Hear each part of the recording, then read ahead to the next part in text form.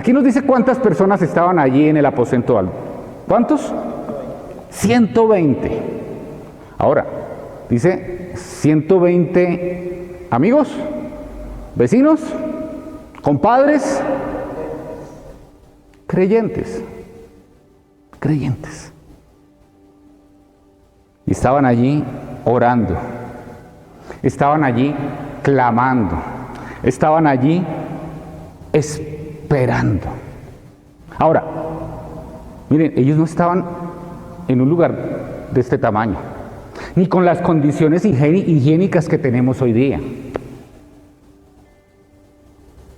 Ellos estaban allí, unos casi hacinados, digámoslo. Imaginen, había sudor, malos olores, posiblemente algunos no olían, a lo mejor, no eran los más agradables. Sus cabellos estaban sudados, sus pies estaban sucios. Pero estaban allí. ¿Por qué? Porque no se estaban mirando a ellos. Porque no estaban diciendo, mira, ese tiene mal aliento, a él no me le acerco. Ese no se echó talcos en los pies. Uf.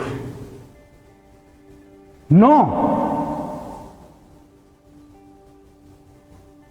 Ellos no se estaban mirando a ellos estaban mirando al Señor. Ellos estaban pendientes de una promesa que Jesús les había dado. Fe que satisface. Vamos a continuar con el texto siguiente al que vimos la semana pasada. La semana pasada estuvimos acercándonos al libro de Hechos, capítulo 1, los primeros 11 versículos. Hoy vamos a terminar el capítulo 1. Y lo que nos está llevando el Señor a mirar en estos textos es el peligro de la apatía, el peligro de la falta de sensibilidad al fuego de Dios. Y es algo que en nuestra época vemos por todas partes. Podemos ir a diferentes lugares a esta hora, aquí en nuestro país, y vamos a encontrar en algunos lugares servicios llenos de gente, emocionados con la música, con las actividades, con los eventos, pero si uno escarba debajo de todo esto, posiblemente no es la misma emoción con Dios. Incluso puede haber aburrimiento con Dios. Y es un gran drama de nuestra época cuando se ha perdido la perspectiva de lo que es ser iglesia. Porque muchas personas a lo largo del mundo que se autoconsideran cristianas llegan a una reunión como esta y pues están buscando de pronto un concierto o de pronto están buscando algo más tranquilo, una especie de sesión solemne que esté bien organizada, pero tanto de un lado como del otro ven a Dios como algo lejano, como algo del pasado, como una reliquia. Tal vez ya ni siquiera el corazón se mueve cuando hay ese acercamiento al Señor. Y desde luego escuchan un discurso, en algunos momentos motivacional, de pronto en otros momentos un discurso moralista, en otros de pronto un buen estudio bíblico, pero simplemente se termina el momento, el evento, salen, se apaga el espacio pseudo espiritual o religioso y regresan a su rutina vacía como si nada hubiera pasado. Y es porque cada día estamos más inmersos en un espacio de entretenimiento. El entretenimiento se ha tomado absolutamente todo, pero la iglesia está batiéndose, y la iglesia me refiero al cuerpo de Cristo, está batiéndose entre dos aguas. Por un lado está el entretenimiento y por otro lado está la religión. Pero ni el uno ni el otro producen Cristo, ni el uno ni el otro producen vida, ni el uno ni el otro realmente llevan a un encuentro real, a una comunión real con el Espíritu Santo de Dios. Y cuando vamos a mirar por debajo de cualquiera de los dos extremos o aún en los medios, vamos a encontrar muchas congregaciones que carecen del poder de Dios, de la transformación que puede dar el Espíritu Santo, simplemente porque han cambiado el deleite en Cristo, han cambiado al poder del Espíritu Santo por la comodidad de una vida pseudo espiritual, pero sobre todo controlada. Yo controlo a Dios, yo controlo los tiempos con Dios, yo controlo en qué momentos Dios puede hablarme, puede actuar o no.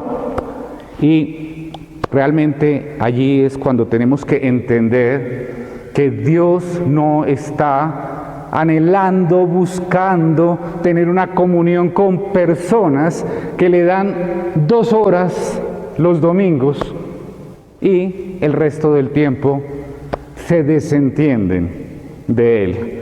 Porque lo que vemos en la Biblia es que Dios se relaciona, se comunica, tiene una comunión real con personas cuyo mayor placer es ser consumidos por el fuego de su gloria, y solo de su gloria. Por eso, hoy vamos a mirar en este texto maravilloso a esa iglesia que va a ser iglesia, porque aún no ha llegado a ellos el fuego del Espíritu Santo. Eso va a suceder en Pentecostés, que es el texto que viene a continuación. Pero vamos a ver y a descubrir a este grupo de personas que decide dejar atrás la pasividad, que decide dejar atrás la vida cómoda y obedecer a Jesús para buscar, dejándolo todo, el rostro de Dios. El título de la reflexión de hoy es Despierta hoy. Despierta hoy. Cuando Dios despierta a una comunidad dormida. Así que si necesitamos que nos despierte hoy el Señor, que nos despierte.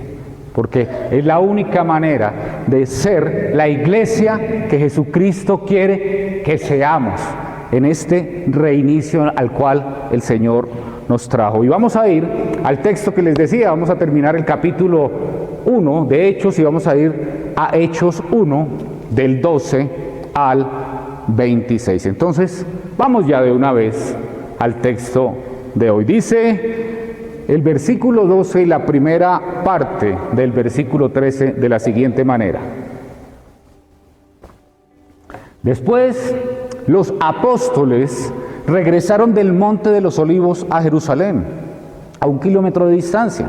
Cuando llegaron, subieron a la habitación de la planta alta de la casa donde se hospedaban. Recordemos que hace 8 días vimos que Jesús asciende, que están allí, los discípulos se quedan mirando con la boca abierta y unos ángeles les dicen, hey, ¿qué hacen arriba?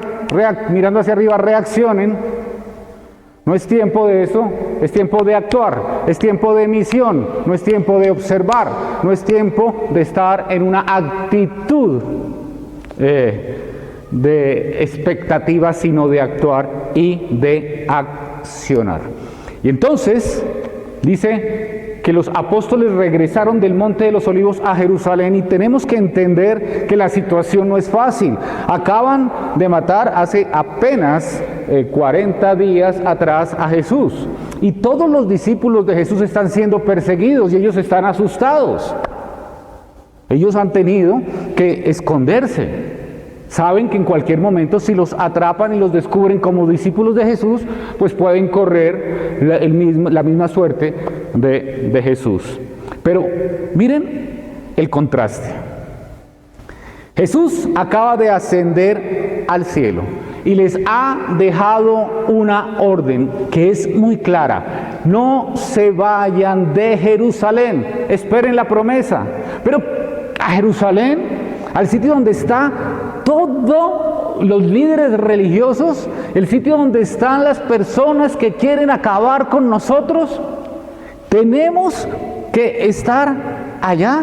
Y desde luego, humanamente, en su cuerpo, en su mente, tenían todas las razones para tener miedo. Hubiera sido mejor salir hacia Galilea. Recuerden que la mayoría de ellos, si no todos, eran de Galilea. Y Galilea, aquí estaba Jerusalén, después seguía, aquí estaba Judea, que es donde está Jerusalén, después seguía Samaria, otro departamento, digámoslo, y arriba estaba Galilea. Y Galilea era un sitio donde casi no iban los fariseos, casi no iban los sacerdotes. Era una ciudad más bien alejada de todas estas cosas religiosas. Es decir, para ellos hubiera sido más fácil ir hacia Galilea, que con seguridad muy difícilmente se iban a encontrar a un fariseo por el camino, a un sacerdote por el camino. Pero Jesús les dice: quédense en Jerusalén, allí. Por eso se van allí, y el texto dice que cuando llegaron, subieron a la habitación de la planta alta. ¿De qué otra manera le decimos a esa habitación de la planta alta? El aposento alto. Llegaron al aposento alto. ¿Y qué es un aposento alto? Simplemente es una habitación en un piso superior. Normalmente era un segundo piso, en algunas excepciones podía ser un tercer piso, pero normalmente era un segundo piso. Y llegan allí y suben al aposento alto, al cuarto de arriba, y lo que vemos allí es que no se dispersaron. Ellos obedecen, ellos siguen juntos, ellos se encierran en un cuarto que en esa época los cuartos no eran muy grandes, no es como los salones que vemos ahora. Estamos hablando de Jerusalén, una ciudad judía donde las casas no eran tan grandes, eran más bien pequeñas. Y llegan allí, y dice a continuación la segunda parte del versículo 13 y el versículo 14. Estos son los nombres de los que estaban presentes: Pedro, Juan, Santiago, Andrés, Felipe, Tomás, Bartolomé, Mateo, Santiago, hijo de Alfeo, Simón el celote, y Judas, hijo de Santiago. Todos se reunían y estaban constantemente unidos en oración, junto con María, la madre de Jesús, varias mujeres más, y los hermanos de Jesús. Y cuando nosotros leemos este texto, normalmente nos imaginamos a los discípulos allá, 120 tan bonitos, orando, qué hermosos. Y se nos olvida que nos están hablando a nosotros, que nosotros somos parte de esa misma iglesia, que nosotros somos parte de esa misma dinámica, que nosotros somos esos que ustedes ven allí, en esa imagen. Esto no se quedó allá en el primer siglo. Nosotros somos la iglesia que se reúne a orar en el aposento alto, no que se reúne los domingos a un ritual. Estamos siendo la iglesia que se reúne entre semana, como hicieron esas personas 10 días seguidos, a encontrarse a orar. ¿O somos la iglesia del domingo únicamente?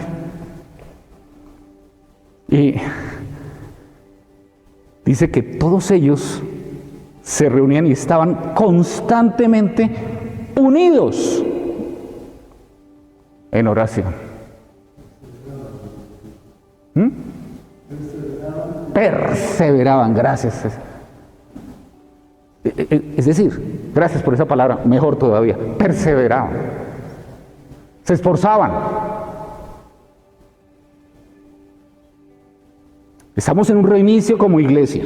¿Vamos a hacer una iglesia que va a perseverar en la oración?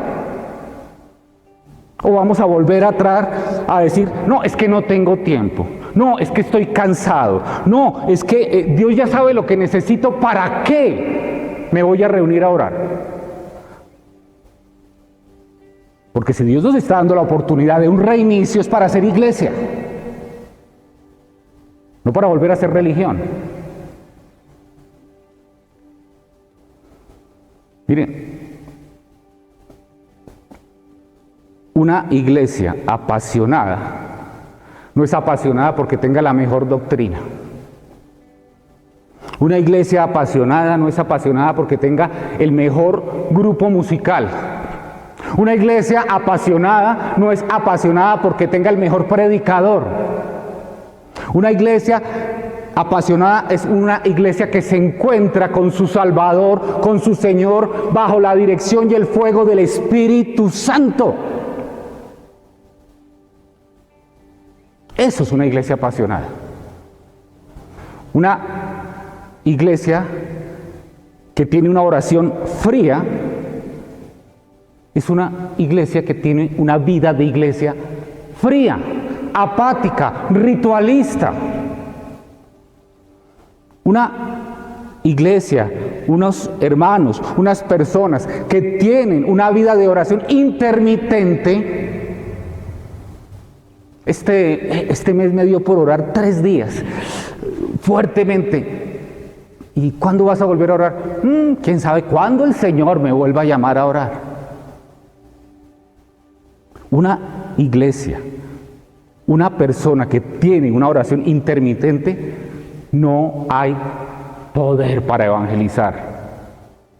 No hay poder para levantar una familia en Cristo. No hay poder para enfrentar lo que el enemigo acecha, cuando el enemigo acecha. No lo hay. Entonces, yo creo que es necesario que nos preguntemos, ¿cuándo fue la última vez?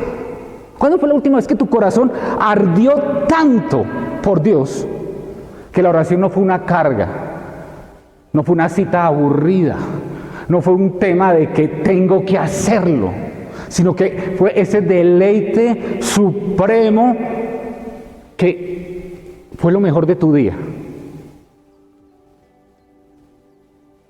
Mejor que aquel negocio que hiciste, mejor que el abrazo de tus hijos.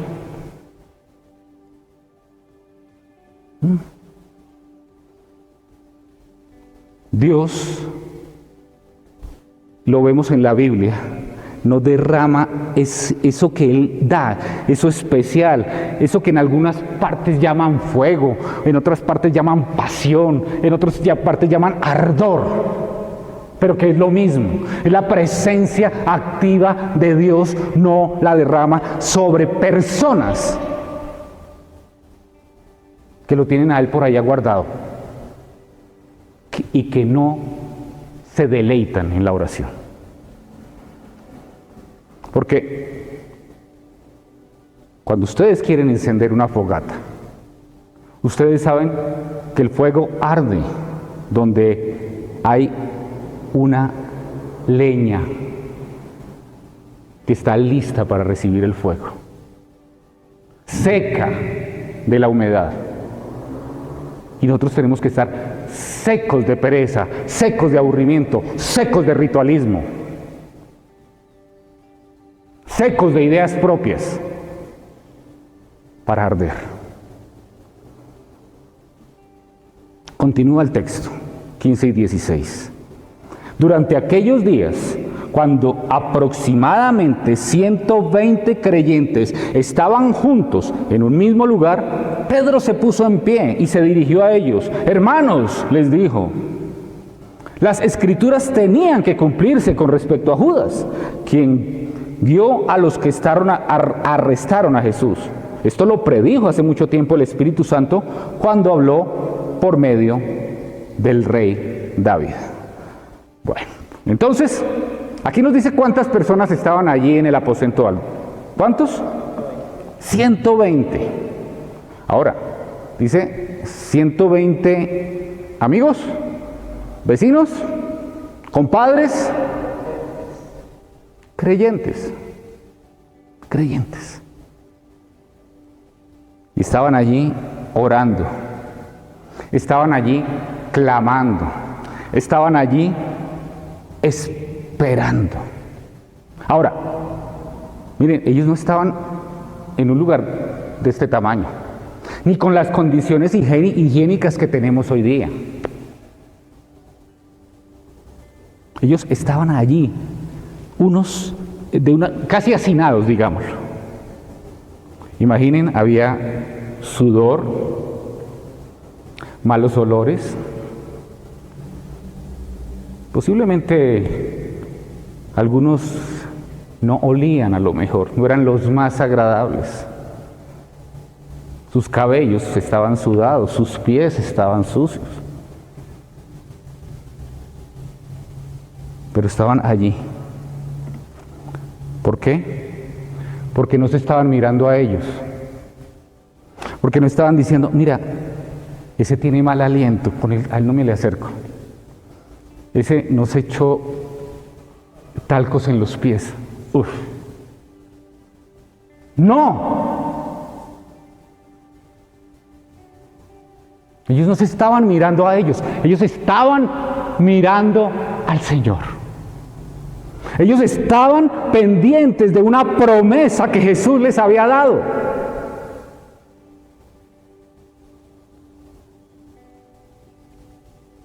Cuando nos empezamos a mirar nosotros, cuando nos empezamos a señalar nosotros, cuando nos empezamos a disgustar nosotros, perdemos de vista lo que realmente es importante.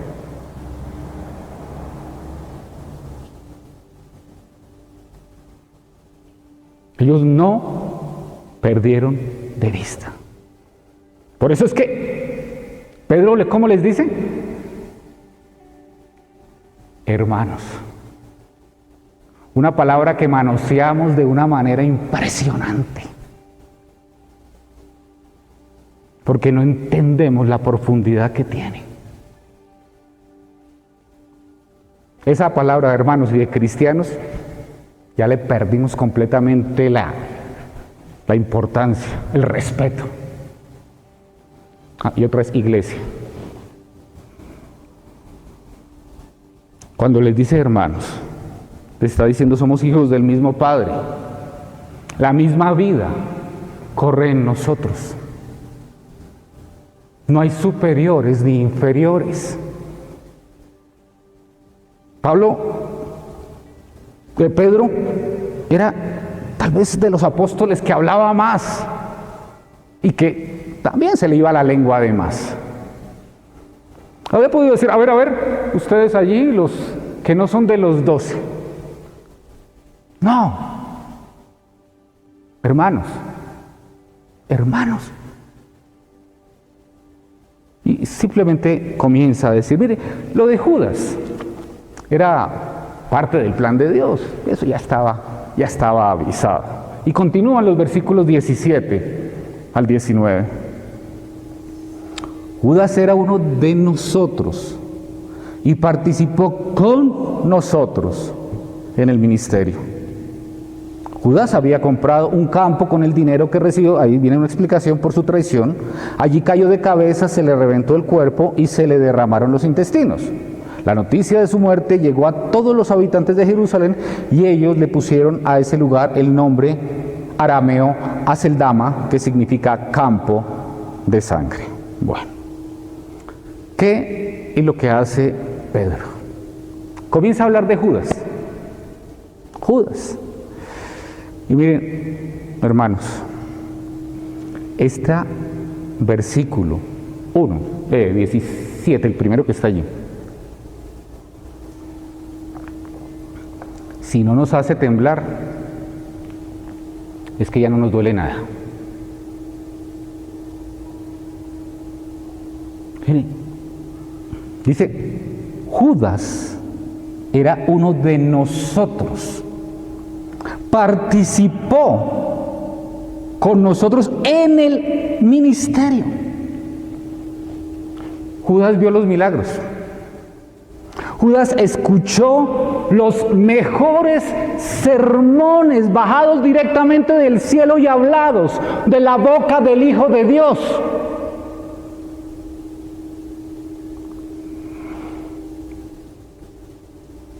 Judas fue estimado. Lo estimaban. Hasta confiaron en él. Era el tesorero del grupo. Tenía un cargo administrativo. Imaginen, tesorero. Tenía un título. Pero su corazón estaba seco, blindado a todo lo que vio y escuchó. Judas es el prototipo de aquella persona que escucha los sermones, que ve los milagros, pero solo le importan los beneficios. Judas tomaba algo de lo que llegaba allí a las finanzas. Es decir, para él seguir a Cristo no se trataba de la vida de Cristo, no se trataba de la salvación en Cristo, se trataba de lo que él obtenía de estar con los que seguían a Cristo. Judas cambió el mayor tesoro, el mayor deleite, cambió el mayor regalo por 30 monedas de plata. Ese es Judas, el que era uno de nosotros y participó con nosotros en el ministerio. ¿Saben que la Biblia nos advierte una y otra vez, y a medida que vamos avanzando en el Nuevo Testamento, en las cartas de Pablo, en Pedro, en Juan, vemos que el Señor nos advierte una y otra vez sobre una iglesia llena de personas que tienen apariencia de piedad, pero que están muertas por dentro? Judas es un buen ejemplo, porque mira, tú y yo podemos cantar las canciones hermosas, con letras preciosas. Tú puedes ofrendar, puedes tener un cargo dentro de la iglesia, como Judas, el tesorero. Y aún así, estar absolutamente seco de Dios. Tan seco y tan desolado como el campo donde murió Judas. Porque eso son cosas que nosotros ponemos, no que Dios da.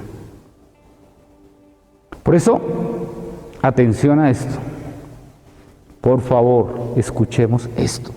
La vacante que dejó Judas no era un simple trámite administrativo. No, claro que no. Era una advertencia directa de Dios. Es una manera como Dios nos muestra que Él no tolera la mediocridad ni el doble juego. A Él no se le pasa.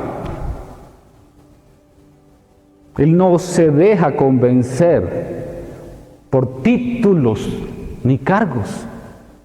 Él sabe quién es quién. Porque es que, mira, nosotros no podemos alimentar dos amores al mismo tiempo.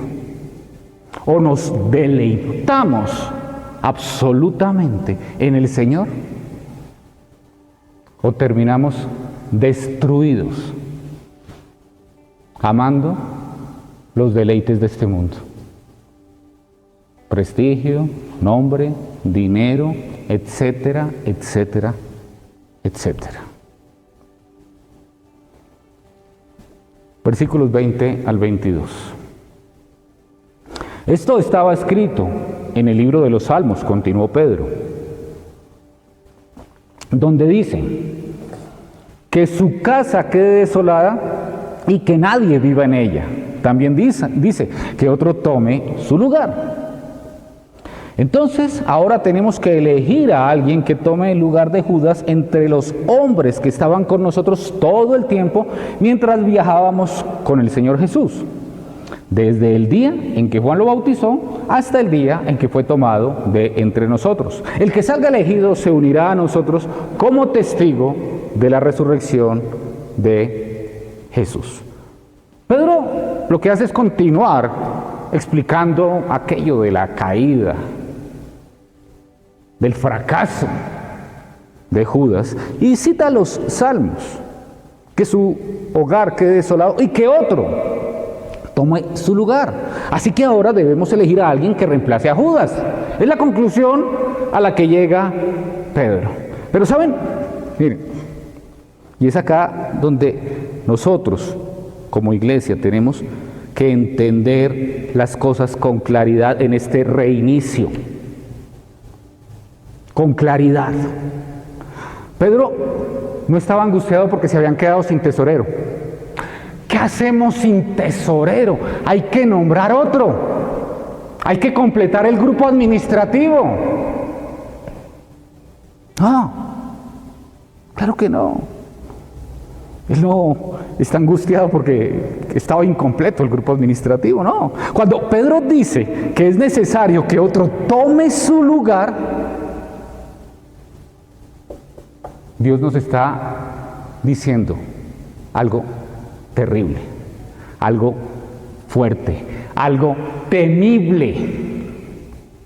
Y es que los planes de Dios van a marchar con o sin nosotros.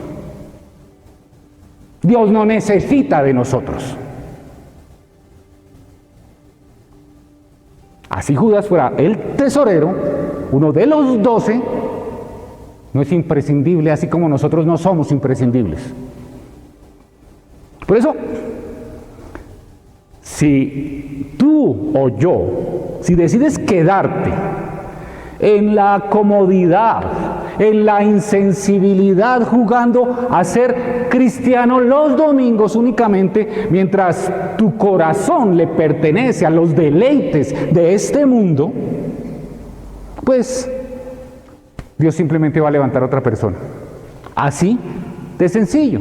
A otra persona que sí se rinda a Él y que sí se deleite en Él. Así. Pero, y aquí nosotros también tenemos que entender como iglesia en este reinicio. Si somos una congregación cómoda, si somos una congregación pasiva, si somos una congregación que juega a hacer iglesia los domingos, mientras nuestras vidas están dominadas por las costumbres religiosas y los valores de este mundo, atención, porque en Apocalipsis también lo dice. Dios simplemente va a levantar otra congregación. Simplemente va a hacer eso. Una congregación que sí tenga hambre de Dios, que sí esté desesperada por el fuego del Espíritu Santo. Así de sencillo.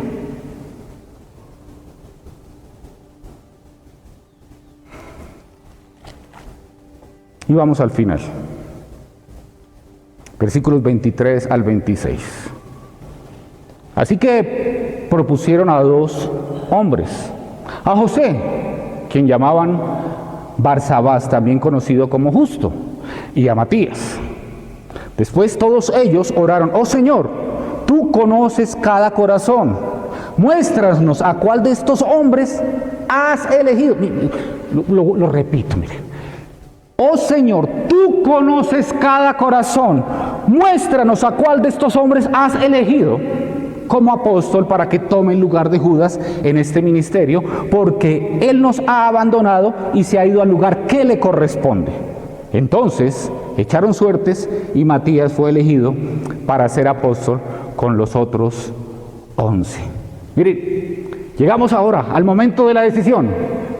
¿Quién va a reemplazar a Judas? A Judas. Y hay allí 2 candidatos calificados que cumplen con lo que Pedro había entendido que era la voluntad de Dios. Y eran hombres que habían caminado con ellos desde el momento del bautismo de Juan hasta la resurrección. Pero miren esta oración. Miren esta oración. Señor, tú conoces cada corazón. Ellos no pidieron hojas de vida. Ellos no pidieron currículum. Ellos no dijeron: miremos a ver qué tan bueno es como tesorero. No sé si lo iban a nombrar de tesorero, pero pongamos.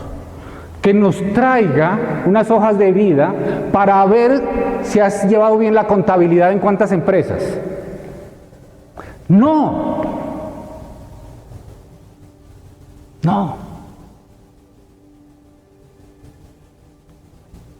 Cuando Samuel va a buscar al rey, para ungir al rey que va a suceder a Saúl, se deja deslumbrar por los hijos mayores de Israel. Y ¡wow! ¡Qué maravilla! Mira, todo fuerte, todo grande, tan inteligente. ¿Y qué le dice el Señor? Yo no miro lo que miran los hombres. Yo no miro la apariencia. Yo miro el corazón. Y nosotros nos parecemos a Samuel. Nos dejamos embobar por la apariencia. Nos dejamos embobar por las palabras. Nos dejamos embobar por los currículum.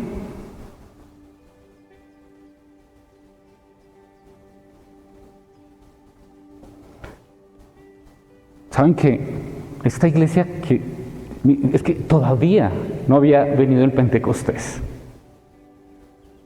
pero ya conocían el peligro de la religión?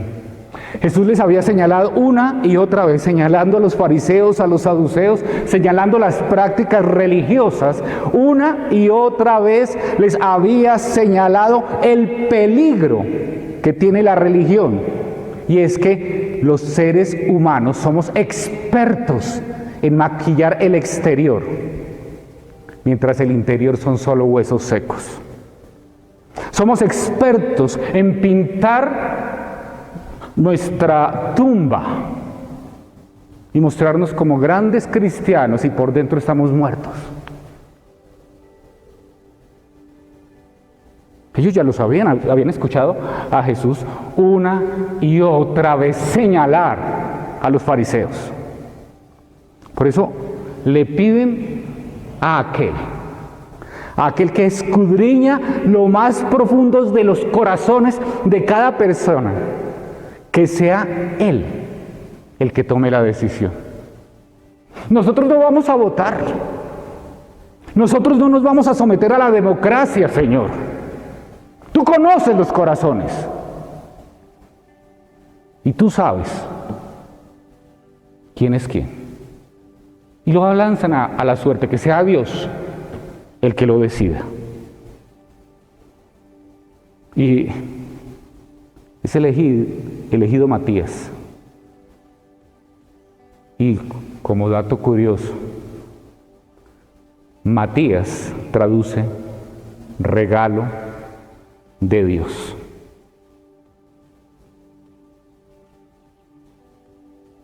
¿Qué estamos buscando nosotros?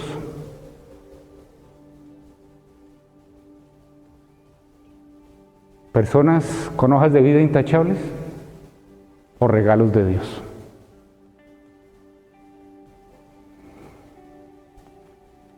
Hermanos, este pasaje nos confronta con una verdad absoluta, completa. Dios conoce mi corazón y conoce tu corazón en este mismo segundo, ya, ahora. Sabe quiénes somos. Y Él sabe por qué estamos aquí hoy. Él lo sabe, cada uno de nosotros. Si estamos acá por costumbre, si realmente hay un anhelo, un gemido, un clamor allá en el corazón por deleitarnos en Él. Sí, allá en lo profundo hay un grito que dice: Señor, ya estoy cansado de una religión árida, de este desierto, Señor, y necesito beber del agua de vida. Pero sobre todo, este texto nos llama a vivir como iglesia y a tomar decisiones como iglesia, guiados por el Espíritu Santo. Por Dios mismo, que Él sea el que tome las decisiones y no nosotros. Dios nos está dando la oportunidad de un reinicio.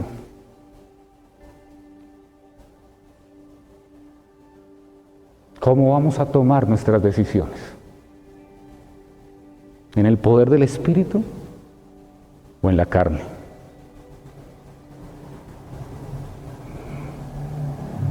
Aquí vemos a una congregación de 120 personas reunidas en el aposento alto. Están a unos días, o tal vez horas, no nos dice exactamente, de vivir el Pentecostés con fuego, con vivir la llenura del Espíritu Santo. ¿Y qué es lo que hace? Dejar que Dios sea quien tome las decisiones. Eso es lo que hace.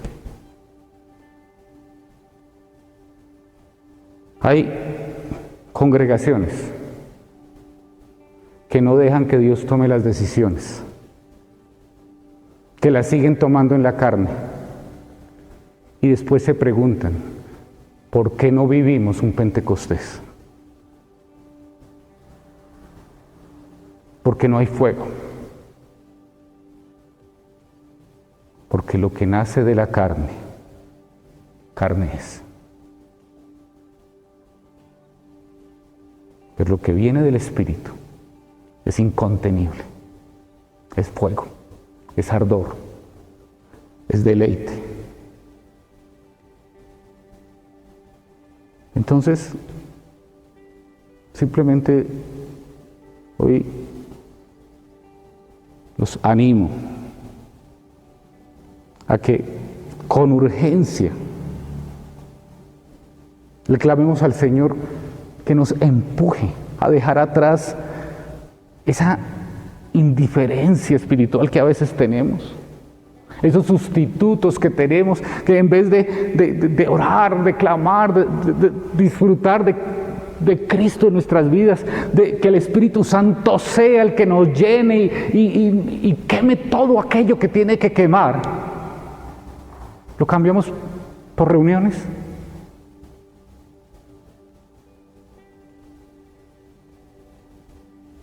No podemos seguir así. No podemos seguir así. Cristo murió para romper nuestras cadenas, tus cadenas, mis cadenas. Ya no estamos atados a religiones, ya no estamos atados a costumbres. No. Es hora de vivir la pasión. el ardor, el fuego.